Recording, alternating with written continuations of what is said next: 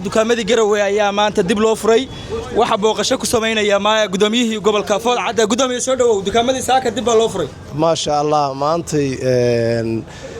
18 bisha oo maantay tahay axad Soomaaliya axad ayaa loo furay sabti ayaa dhammaan albaabada loo furay degmada Garowe caasimadiisa taasoo muddo 4 cisho xirayd insha Allah waxaan isku afgaranay ganacsatadii waa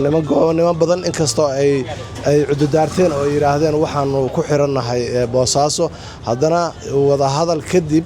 waxaan isku afgaranay in shacabka loo dhibriyo loona firo bakhaarada maantana insha Allah waad aragtaaneen dhammaan ganacsatadii inay albaabadu u fureen shacabkina ka adeeganayaan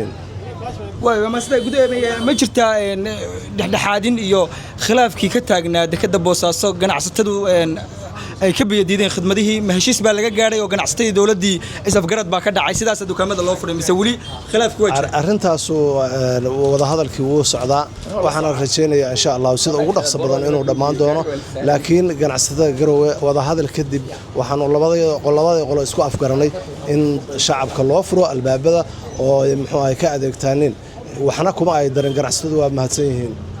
marka shay kasta qiimihii hore loo siin jiray la siinaya qiimihii hore baa la siinayaa sida inoo sheegeen ganacsatadu ma sha Allah waa maastagday adam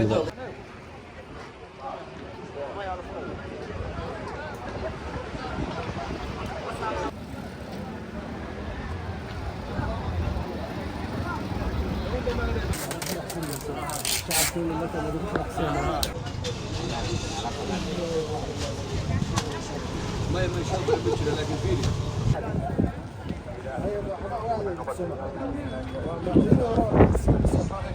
أنا أتكلم